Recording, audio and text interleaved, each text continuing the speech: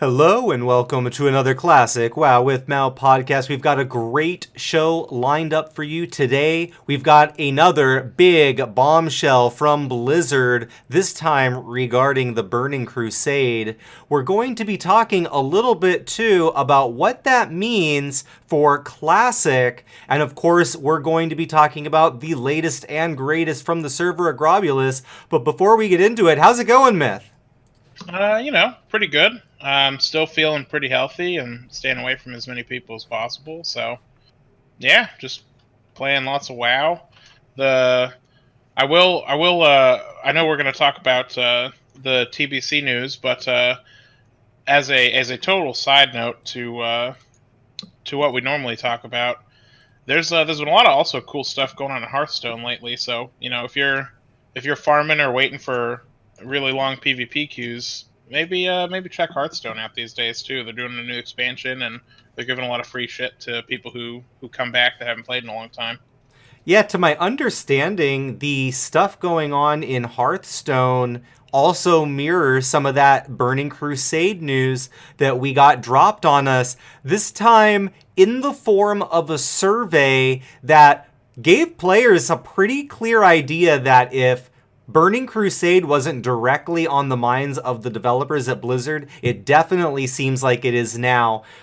Let's go take a quick look at some of these questions that include if you want to continue playing your current classic character on the existing server, which will progress to the Burning Crusade, if you want to have brand new characters from 58 from level 1, or if you want to transfer to new Burning Crusade servers.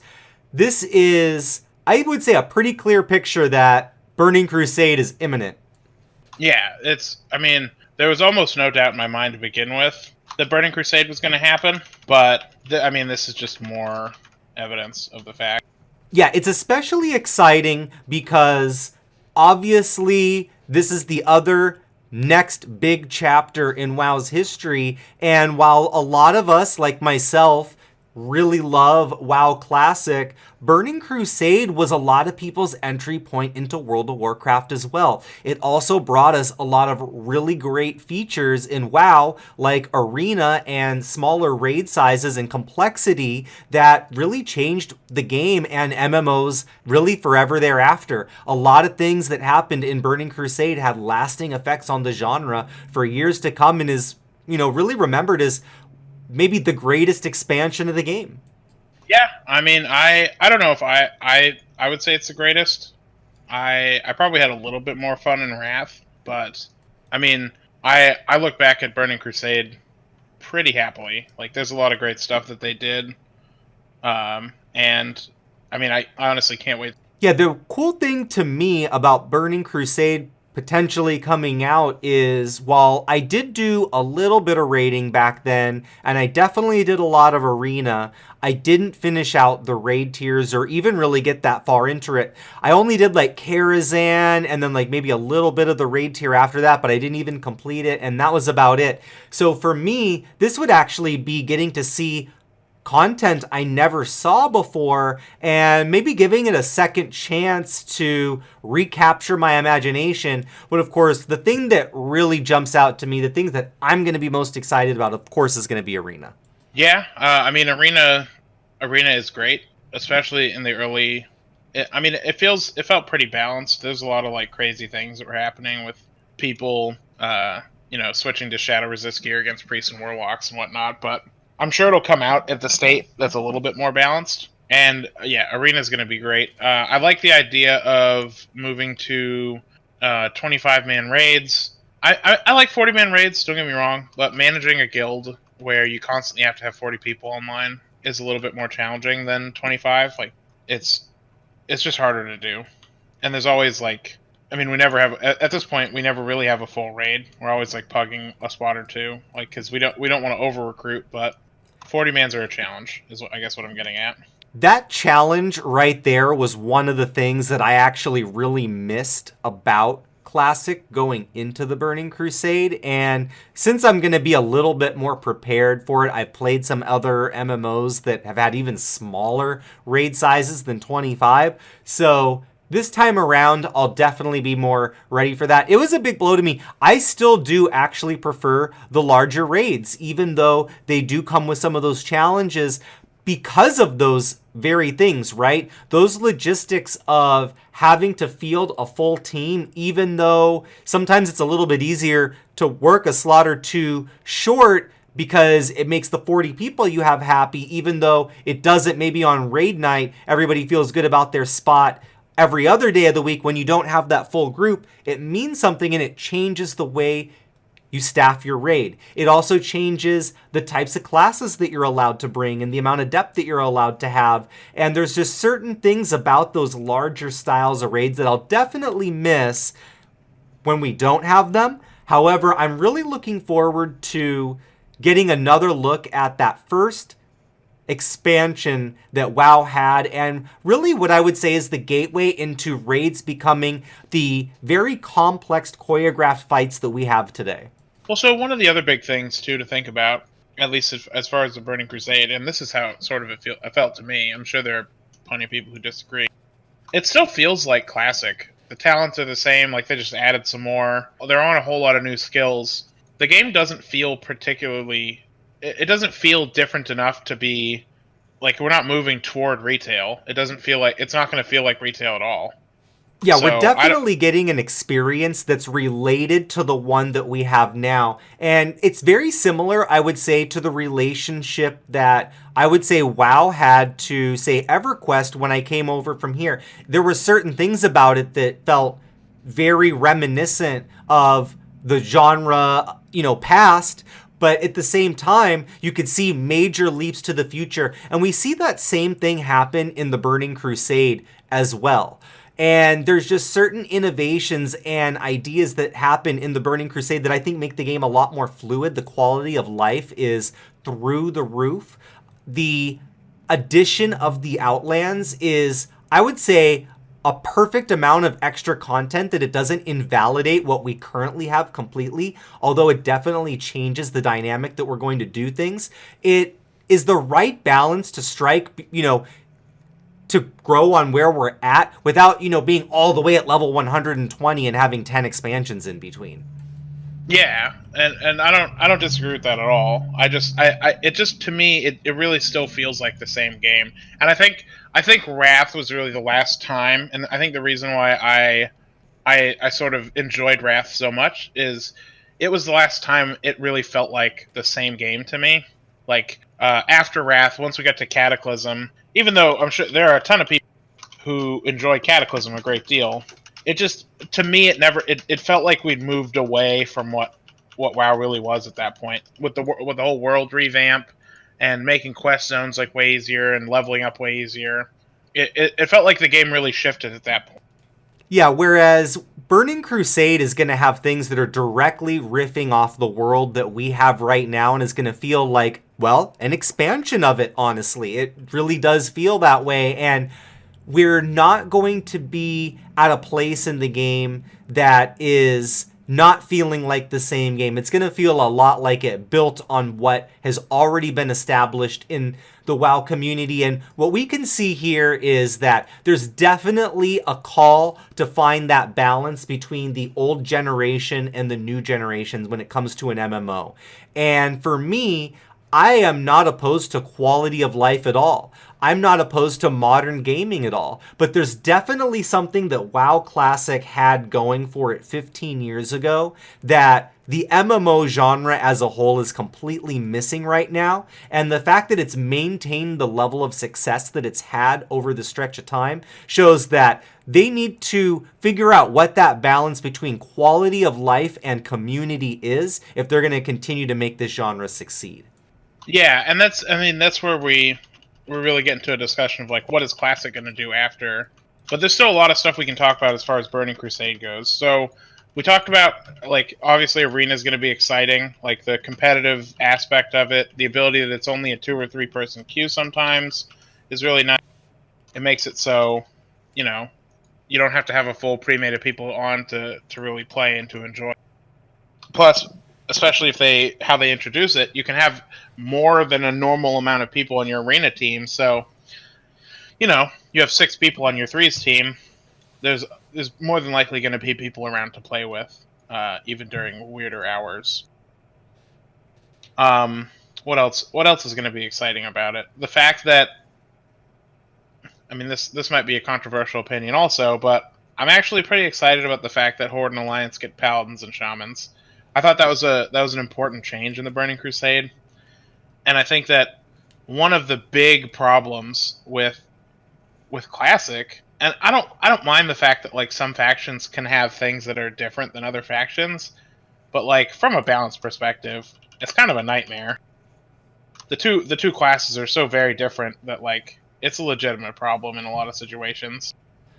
Well, you can see this on websites like Warcraft Logs, for example, right? There's a very clear disparity between the dynamic between the two factions in Classic. If you're looking at the server Agrobulus, which was at a time a fairly balanced server, you've seen a huge divide between the difference in BWL logs versus Molten Core logs. It's a lot less uniform, and you're starting to see a larger divide between what the Horde and Alliance are able to achieve in terms of PvE. On the flip side, I would also say the beauty of Classic is that those little min-max things really don't matter, and it's kind of what you make of them. And I've just personally, having rated as both Horde and Alliance, I remember enjoying the challenges that the Horde presented, and I liked that in the rating, and it hasn't really changed my ability to beat anything, but at the same time, it does show something interesting when, like, I would say, like, maybe 90% of the logs showing up at the top are Alliance logs, for example. Yeah, and there are situations where it's going to make a difference. I don't think it's going to be as bad as it was in actual vanilla. But look at AQ40, right? The optional boss Visitus, the Ooze. He's just significantly easier for Horde to do because of Frostbrand Totem. The shamans can be placed in so many groups that all the melee in each group have an attack that does frost damage. So slowing and freezing him is just so much easier. And there are going to be ways that the Alliance get around it for sure. They're going to, have all their rogues farm a dagger that does 1 to 3 cold damage. They're going to have all their warriors farm the axe from Scholomance that does a couple of frost damage, so they can freeze him quickly. But that's still a crappy solution to have your guild wear all of its normal gear and just drop this different totem for a little bit. Like, instead of having Wind Fury, we have Frostbrand. And we're going to blow them up. Like, it's going to be easy. That's a huge disparity, and it's, quite frankly, it's frustrating. And from the flip side, even if Wind Fury is fun and awesome, Paladin buffs are ridiculous. Paladins are insanely powerful. The Alliance has, arguably an easier time rating just because paladins have a magic dispel, so Horde are limited to only priests, which make priests like infinitely more valuable on Horde side. And there's just not. I mean, there's so many different things that make this like imbalance not the best way to handle like unique faction differences.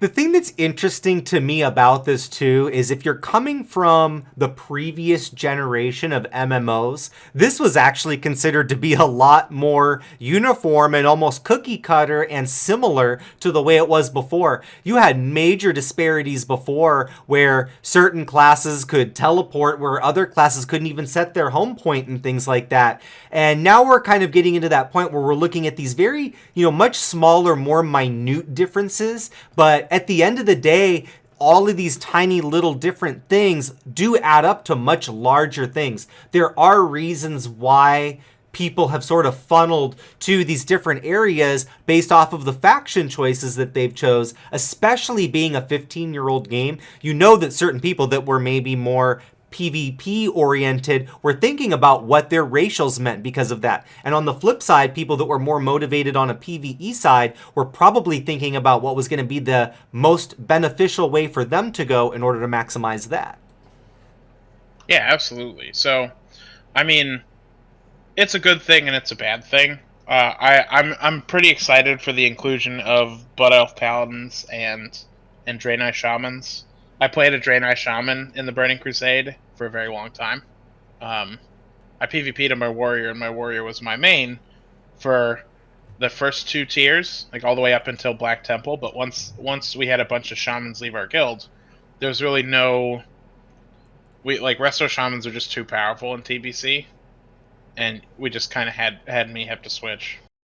One of the things that's interesting, too, just in regards to the way they have phrased everything, is that there is definitely going to be a lot of wiggle room to switch your main, or some people are already anticipating doing that because they know how different the landscape is.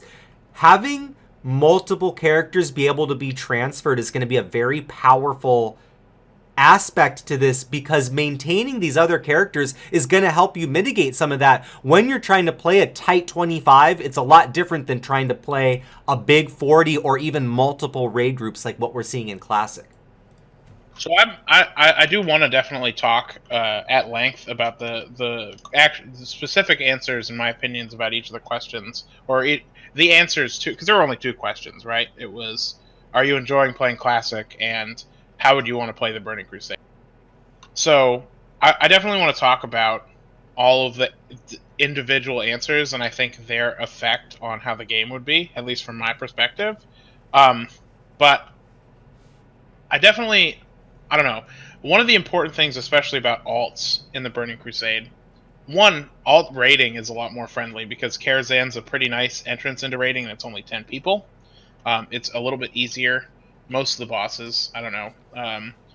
Maybe I was in a crappy guild in the Burning Crusade, but I always thought Prince Malchazar was a pain in the ass. His 3rd phase when he put the axes on. But raiding is a bit more accessible. The only downside is, and this is going to be probably a pain point for a lot of these bigger guilds and a lot of these world first. I mean, I'm sure the world first guilds will just force this situation on their raiders. Is the comps are very different in raiding. Like a 25-man comp has 1, maybe 2 warriors. Like, that's it. Every guild in WoW right now has like 7 if they're doing okay, and more if they're not. Like, more if they're doing great. So raid comp is huge, especially because of how raid buffs interact with things. In the inclusion of Bloodlust and Heroism only being party-wide, so you have to separate it out. All the hybrid classes become far more playable. I mean, Shadow Priest is one of the most sought-after things in the game for your healer group because of the amount of mana return that they give. There's so much to really talk about, and really, it's just it doesn't. It's not going to bode well for a lot of people. A lot of people are going to have to make some tough decisions. Is basically what I'm saying. Yeah, this is one of those things where you're better have a plan B in effect right now if you're a class that you think isn't going to get a raid spot for TBC. Have that class that you think that you're going to want to be, or multiples, to be able to, weather that storm, because things like raid comp start mattering a lot more. And one of the things that we've talked about on this show multiple times, the beauty of Classic is that you don't need any specific comp to do pretty much any of the content. What you need is people that are on the same page. You need teamwork and, a moderate level of DPS and everything. But even if you just bring on, like you said, a band of warriors, you can bring some other classes and things that aren't necessarily a part of that mold. Not so much going to be the case for the Burning Crusade. Yeah, I mean, again, hats off to the dwarf team that did Molten Core. And I'm sure they're either already working on BWL or they've already done it. I just missed the post, but I mean, that sort of stuff, it really isn't going to happen in the Burning Crusade. And I mean, we're good enough at the game, and the game's old enough at this point where I'm sure they're going to be there will be a continuation of 25 dwarfs do Molten Core, or do Black Temple or something. I'm sure it's not impossible, but it's just going to be significantly harder with just how important everything is. Again, on the flip side, and I'm a huge fan of this, the fact that hybrid classes are a lot easier to play. Moonkins, Feral Druids. I mean, Feral Bear tanks are incredible. They're one of the best tanks in the game. I think it's a solid change, and I think it's one of the most important changes that the Burning Crusade did. It's not that I like less raiding or less raiders. I guess I'd be happy with 40-man raiding still. It's that people can really shine and can feel like they're contributing more as some of these specs that are, quite frankly, not desired in vanilla or in classic. No one wants more than one Shadow Priest because Mind Flay takes up a debuff slot. Every Shadow Priest is 3 or 4 debuff slots apiece. It's hard to want to take more than one. And as soon as we get to Burning Crusade, where the number of debuffs a boss can have is increased, Shadow Priests become invaluable for at least most guilds are going to want 2. You're going to want one for your healing team and one for your mages, because mages are great. This is actually something that I've thought about quite a bit in terms of balance of the classes in Classic, and you hit on something that is sort of near and dear to my heart in that regard. I almost wonder if a little bit more class balance, a little bit of tinkering with the debuff slots and things like that could really serve raiding better in Classic with 40 spots if you think about it. It would be a lot of fun to have things like groups that are high-powered enough to power up all your mages and have that be an effective strategy. You can have these caster-heavy comps because you have a boomkin available, and that's totally valid, versus maybe going a super melee-heavy group and having all kinds of Wind Fury. Those kind of problems would actually be a lot more fun to solve with 40 people, actually, rather than having to make some cuts almost like a football coach that's trying to get the pro squad, honed down to just the people that are going to be on the team.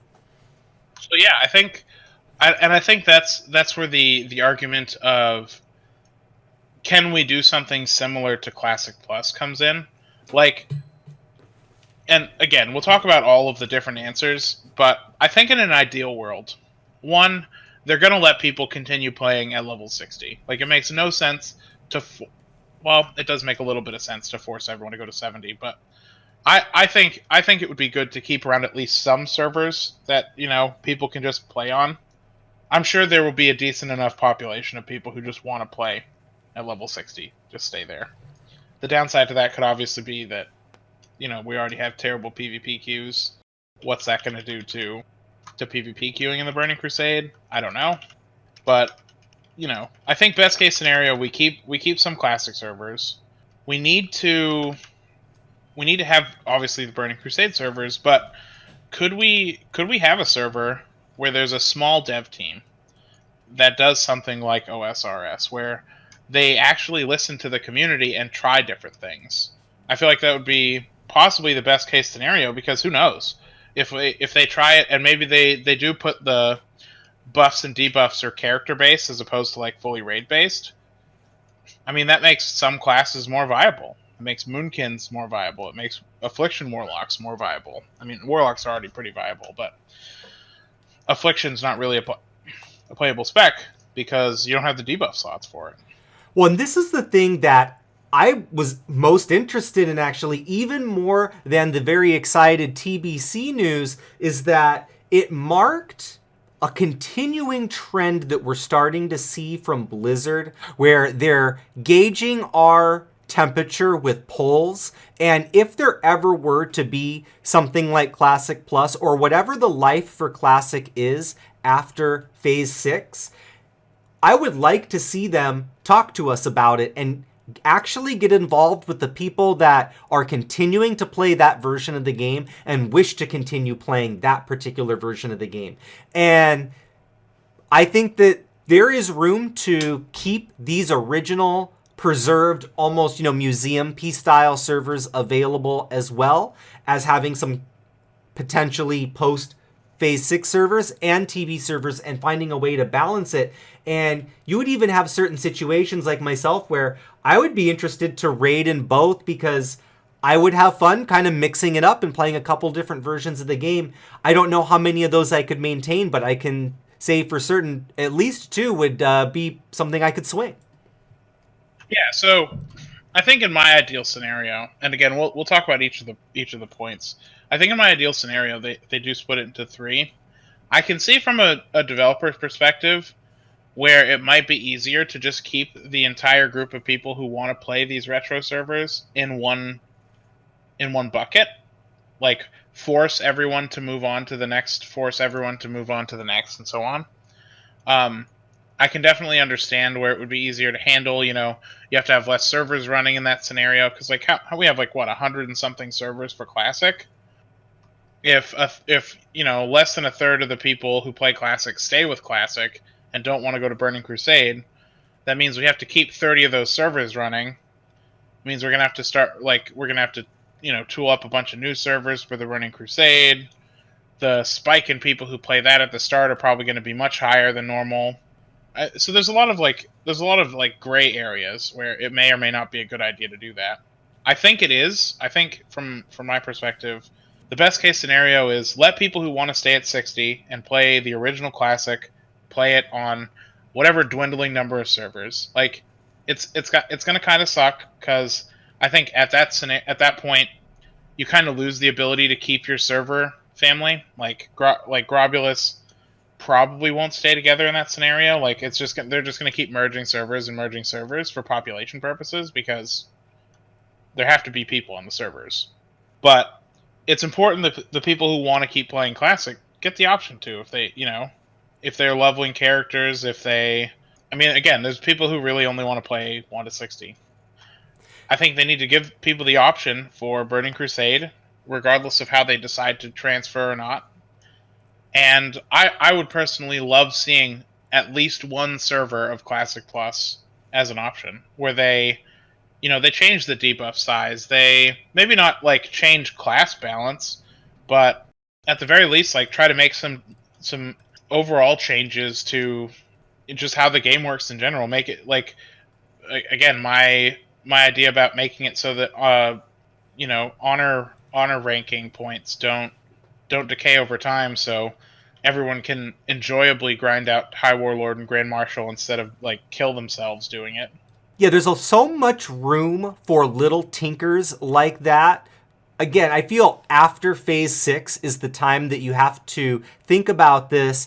And because they're starting to gauge our temperature on where we feel about some of these things, I think they're starting to try to formulate a plan, if that's a route that they're ever planning on going on in the first place. Maybe we'll get to the end of Phase 6 and then they go, all right, the servers are what they are. It's hard to imagine, too, that they won't also hit the reset button periodically. I do think we're going to see server merges at a certain point after Phase 6, because there's, once we go through everything, people are going to find other things to do eventually, and we're going to get to the point where we do have those people that are just always going to want to have Classic be a part of their lives. But at the same time, we're also, since we're clearly going to be going down the TBC path too, we're going to be getting into this segmented versions of WoW population, and we're going to have to start figuring out ways to kind of work with all these different populations that are going to exist.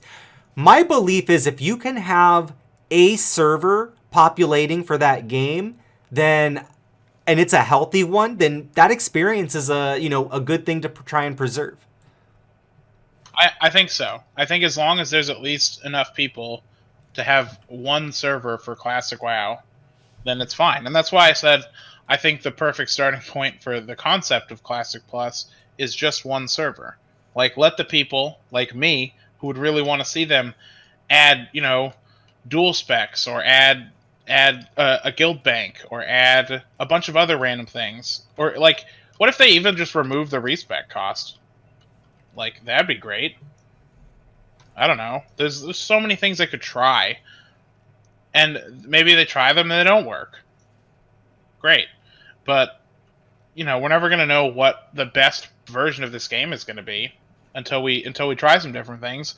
Especially, again, even as a person who is not a fan of RuneScape at all, if you look at how popular the new version of old RuneScape is. Like, it's arguably like a far better game than it originally was, because they do a good job of fixing the problems. Yeah, and what we've seen in Classic is it's so close to getting so many things right, but then it has certain moments where you're just like, oh man, they totally missed the mark on this particular thing.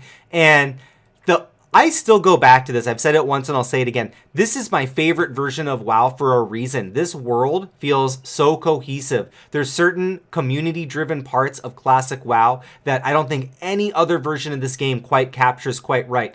Building on what we have here would always be my favorite thing to do. But in the immediate, we still have a couple more of these questions that were presented to us. One of the things that was brought up was if we would do a straight, all right, there's brand new BC servers, start at 1 to 70 and go. That would be completely counter to what the experience was when TBC came out. I don't think that's what we're going to see, but what about that scenario, Myth? So that's actually, I think, my least favorite scenario. I've told you, and I've talked on the podcast several times at this point, how much I dislike leveling in Classic. Like, it's challenge. I don't not like the challenge. It's nice that it's hard leveling compared to like how easy it is in retail. I'm fine with that. What I don't like is it doesn't feel like the end game is really what I'm interested in, right? So leveling for me is the least fun part about Classic. I think that is the worst possible option that they have. I think forcing everybody to be at level 1, if I were to pick, it would be literally my last place choice there. I think one of the safer picks, in all honesty, is the idea of starting fresh characters, but being able to start them at level 58. So it does a few different things. Like, one of the options was your first character. I don't know if they'd let you do more than one, but at the very least, your first character started on the Burning Crusade server would be level 58. You probably have like a full set of greens that were level 58, and you'd start out just being able to go directly to Outland, which is nice. That solves a few problems, and it creates a few problems. The first problem that it solves is, and this is the reason why maybe I'm not 100% on board with character transfers, is if they allow character transfers and they don't add some form of gold like cap, every guild, like, the economy is going to be horrifyingly broken. Yeah, part of the problem with us knowing exactly what to do is we've had people planning for Phase 6 since before Phase 1 even dropped. We've had people planning for BC since before Phase 2 even hit. These are going to eventually be things that the server communities are going to have to deal with. And it's pretty incredible what you can do with the amount of time that we've had, with the amount of knowledge at our fingertips. Yeah. We have people who have been purchasing Venom Sacks and Elemental Earths in preparation for AQ. since the game launched and have bank alts full of these consumables, like literally tens of thousands of gold worth of something that's going to like balloon in price. And that's just some of the things. If we have the ability to transfer characters with no gold limitations, what is to stop our guild? Several of the people in our guild, by the way, have 20 plus thousand liquid gold.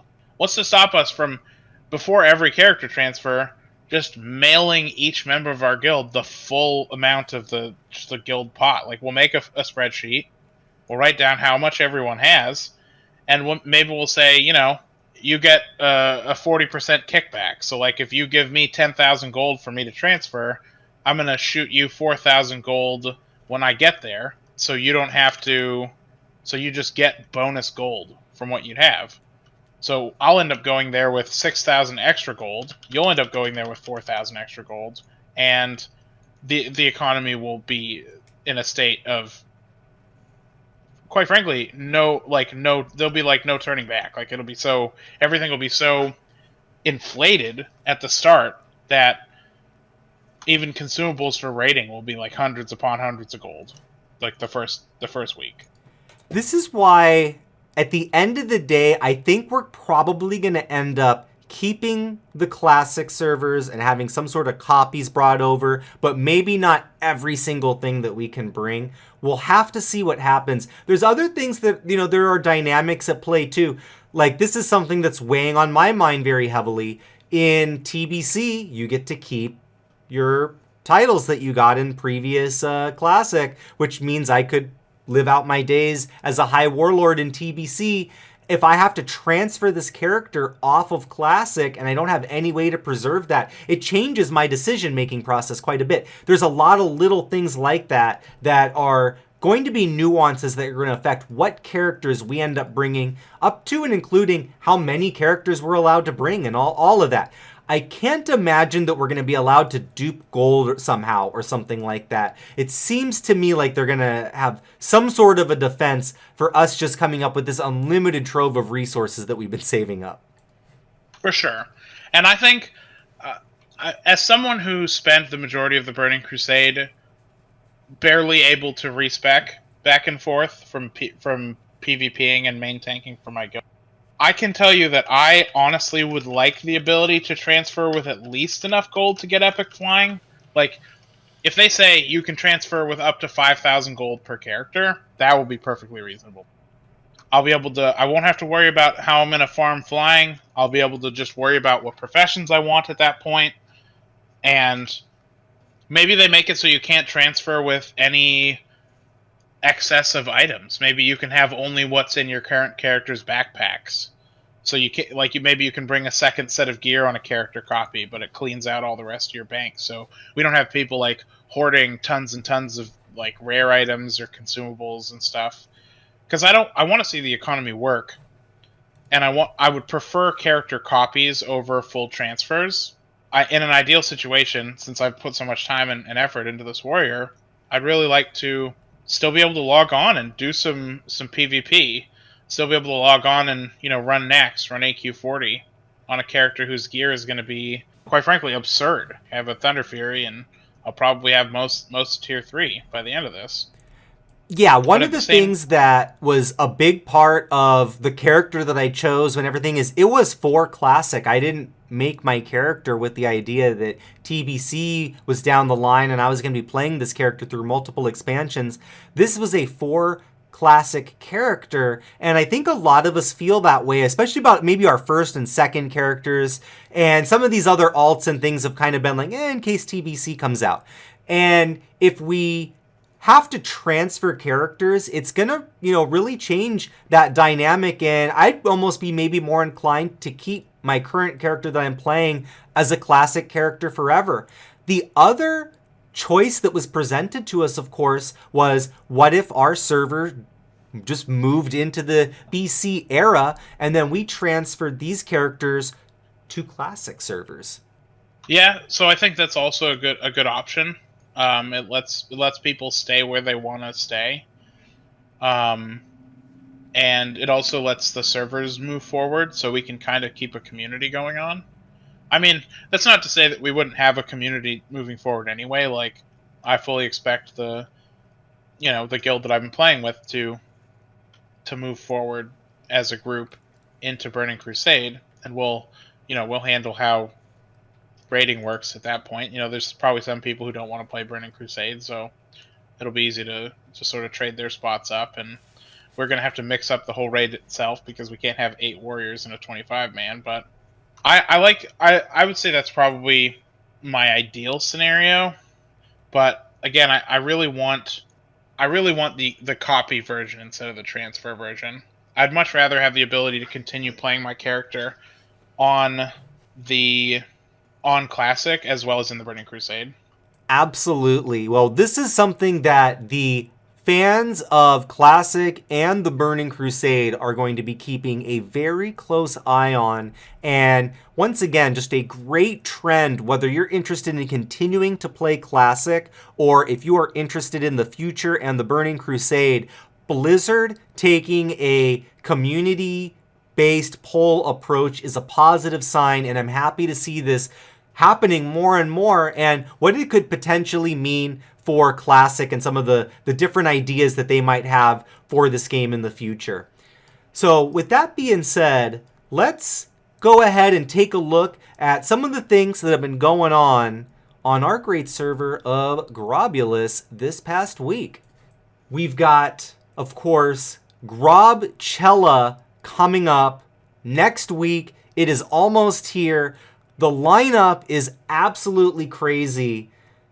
We're going to have a DJ. There's going to be performances. There is going to be the debut of the Redwood Tribes game show at Grobcella. I cannot wait to see what on earth that is.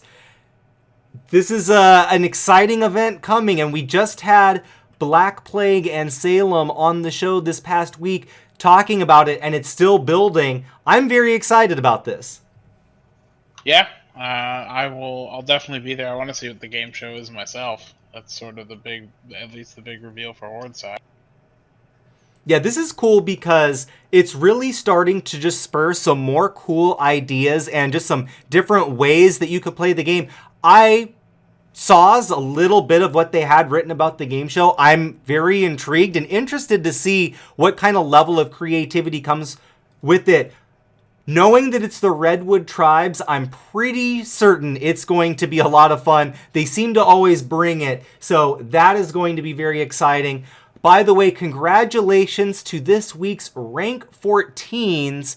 I don't have the Alliance side this week, so if I don't give you a mention, sorry about that. Congratulations anyway, and congratulations to the Horde side, Rank 14s, Kelly Annex.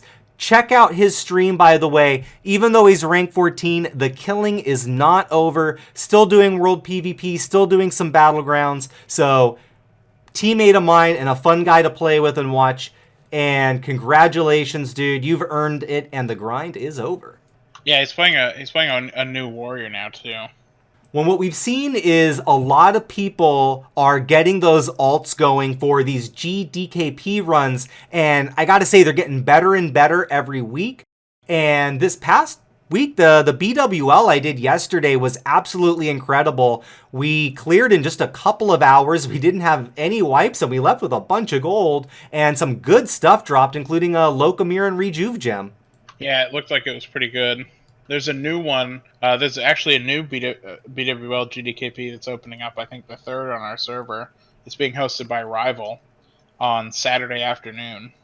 Very cool to see that as well. And Rival, a very experienced guild on our server. We talked to Speak just a couple of weeks ago. You get a clear idea of the kind of preparation that he brings to the game. And as an extension of that, what you can expect from the guild. And they've got some great clear times. Another great group to get into the GDKP game with. And I gotta say, I love it. It is my favorite way now to go gear out my alts, especially because power to the guilds that are running multiple raid groups. It's a lot of work though, and these GDKPs are cool because it has brought together a lot of different players on the server, and I'm always excited at who I get to see, Adam. Yeah, I mean I'm always a fan of working with the top, like plenty of the top guilds in the server. Back in at the tail end of the Burning Crusade and the all throughout Wrath, we had it wasn't GDKP until like the middle of the expansion, but we had a group of like all the best players and PvPers from Horde side on the server I played on, and we used to call it the Super Pug. And we were like competitive in terms of rating in Alduar, Nax, and even Ice Crown. And we just raided 1 day a week, and we did GDKP eventually. And it just feels nice to raid with people who aren't from your guild that are all like very skilled players. It almost brought me back a little bit back to the Tichondrius days, and while it wasn't for raids, we did a lot of like Alterac valleys that were pickup groups, but were run very, very seriously by some of the top groups. And those were some of my best memories from PvP back in vanilla, was doing some of these groups. It was my first experience with large group coordinated PvP, and was kind of like the first, intro into, what now has become a staple of this game, right? That AE PvP in those large groups. So it was kind of cool to be in on like, that first step and then kind of see how it's evolved over the years. And now it's really commonplace with the amount of knowledge that we have for the game, with the amount of talented, skilled leaders in raids that we have across the game from all the different guilds that there are. There are so many options if you don't have a raid, if you don't have a guild, to get in and either pug or do a GDKP with a lot of skilled players that, they're ready for the challenge of learning with the new group. Yeah, and especially if you have gold that you want to spend on some gear, you're more than happy to be hosted in most of these groups. Yeah, some of these items are starting to go for a lot. I think we had a new record on, I think it was the chromatic boots went for almost 3K on that last raid. There were some warriors that really wanted those. I mean, they're irreplaceable in all of Classic. There's nothing better than those boots. They should absolutely go for that much. But with that being said, is there anything else going on the server of Grobulus that caught your attention this week, Myth? Not really. Just sort of preparing for Grobcella. Yeah, I haven't seen too many extra posts about RP events.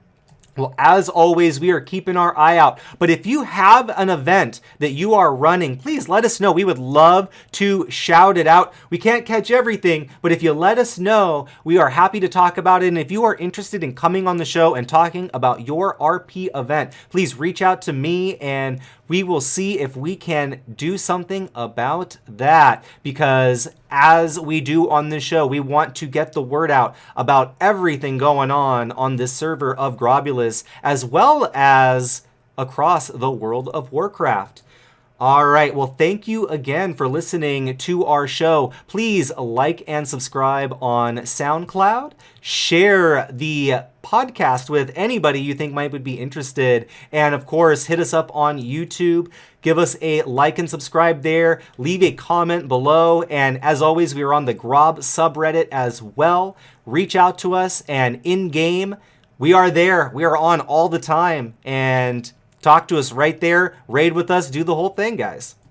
All right. Well, thanks again for listening to this week's episode. Stay safe out there in yet another week of WoW quarantine, and we will catch you all next week.